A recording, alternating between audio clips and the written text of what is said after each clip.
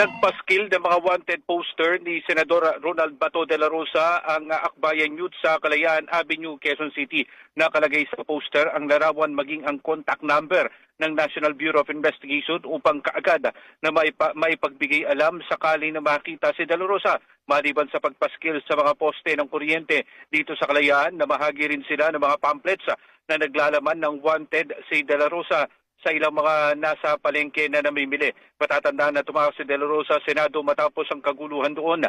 Ayon kay Akbayan Youth National Vice Chairperson Claire Lopez, ang patuloy na pagtatarugo ni de la Rosa ay pagtakbo sa hustisya na hinahanap ng mga biktima ng extrajudicial killing. Nararapat lang nila na hanapin at mapanagot itong si de la Rosa dahil sa mga kinasasangkutan nito na sa International Criminal Court.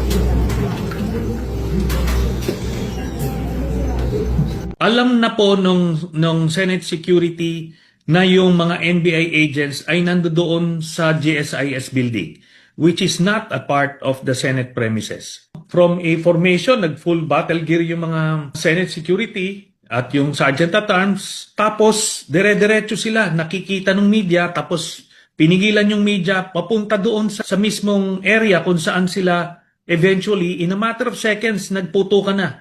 Ni wala man lang verbal altercation, nagpakilala daw na NBI, tapos naka-uniforme pa, pero pinaputukan mo pa rin, kahit hindi pumapasok sa Senado.